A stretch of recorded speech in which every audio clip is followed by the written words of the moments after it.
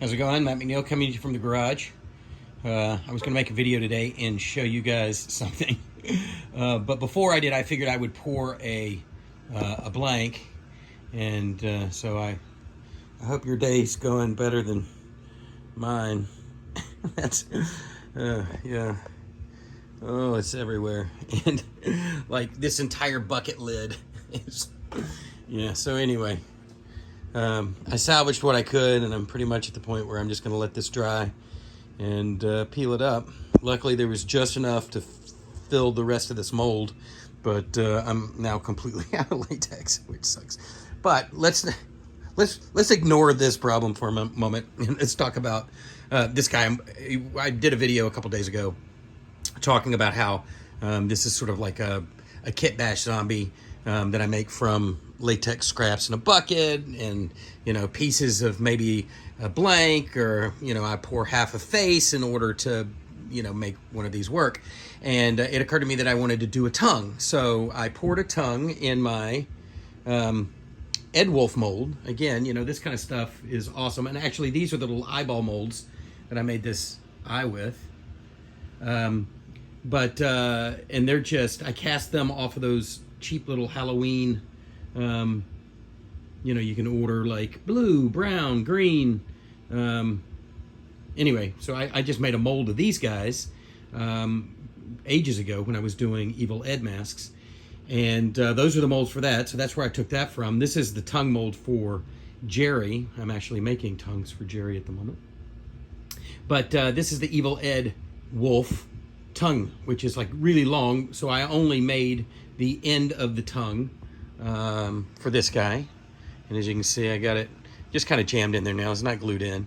But one of the things I wanted to do is make it look even grosser. So I wanted to add some gloss. And when I was at Mask Fest this year, I spoke with Pete and Felice because I noticed that the gloss on his masks was particularly cool. If you don't know Pete's stuff, Devil's Workshop, amazing, really great masks, crazy colors, like he does all kinds of really cool stuff. But the gloss on his masks, his eyes and mouth and tongues and all of that stuff was really interesting, and I got to talking to him about it because I, up until now, really just primarily used 5-minute epoxy. I've tried Permawet and I've tried a couple of other things, but the 5-minute epoxy is awesome. You can thin it with alcohol, which slows down the setting. It also makes it more flexible, but it is 2-part and, you know, requires mixing, and it stinks a little bit and all of that stuff. So anyway, I asked Pete what he was doing for his gloss, and he said he was using Gorilla Glue. And I was like, well, I use the Gorilla Glue 5-minute epoxy. And he said, no. There is a single, all right, I don't want to fall in the latex pool here. There is a single product that does not need to be mixed. Crystal clear, easy to use, no foaming, indoor, outdoor, water resistant. And he said, not only is this super glossy, but it's also really flexible and it sticks to latex really well. So there was a thread on Latex Mask Central 2 last week where I think Jesse Aarons had posted a picture and we started talking about the gloss, and I mentioned this, and Zach Saucier, hopefully I pronounced your last name right. That's how the French would do it. Saucier. Anyway, Zach, who is a super cool guy, if you guys know him, decided based on that thread to give this a shot. And he ran a little test and sent me a message saying that it was awesome and that it works great, which is super cool. So what I did was I went and ordered some off of Amazon, and I glossed up that tongue. And I like it because the 5-minute epoxy, even when you thin it, is still a little bit thick. This stuff isn't like runny thin, but it's thin. Perhaps maybe a little bit thinner than the 5-minute epoxy. But I like the fact that I'm not mixing it. I don't have to like get that perfect squeeze out of the syringe, if you know what I'm talking about.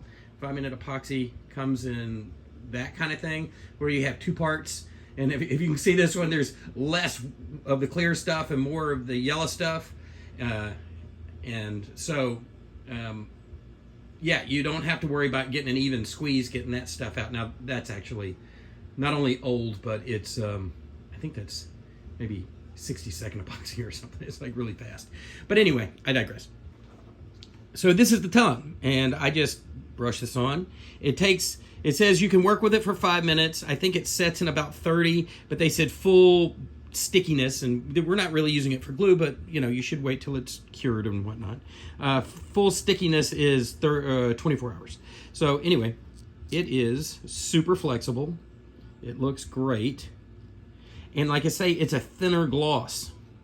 So my next experiment, I think, is I'm going to take some of that glue and I'm going to mix some of my epoxy paints, dyes, inks, whatever they're called. I've shown those before too. Where's that box? I can't find it. They come in these little things. You can order them on Amazon. It's called epoxy. They're there. It's called epoxy paint, epoxy dye, right there. See if I can see. Nick Pro. It comes with a bunch of colors.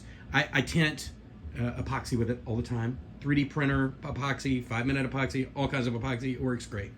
So anyway, I'm going to try to dye some of this stuff and see what happens if I can make like a translucent glossy paint with it for gums and things like that. So this experiment, perfect.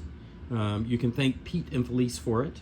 Yeah, there you go. So my zombie guy here, Terry, which I think is the name that I've settled on, now has a, hold on, again, I'm just trying not to fall in the goo here on the floor, has a tongue, which I don't know that he needed, but it's kind of fun, right?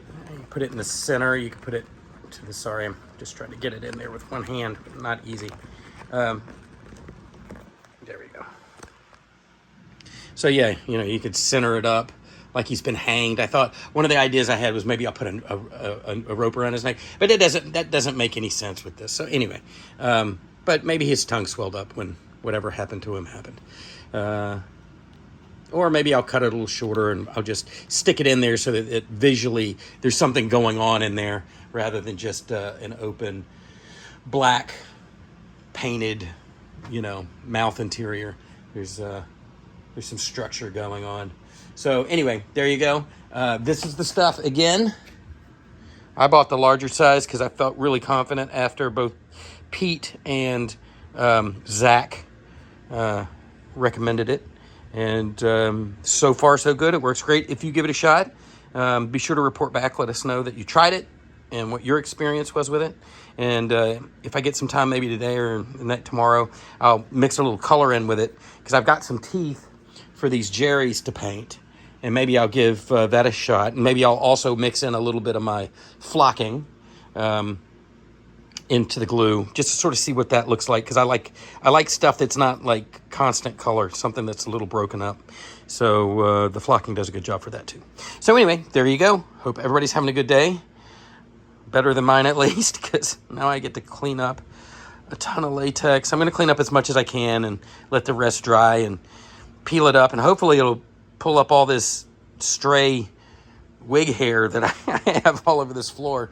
But there you go. So, yep, there, Gorilla Glue, single stage, clear. So far, so good. I'm a fan. Give it a shot.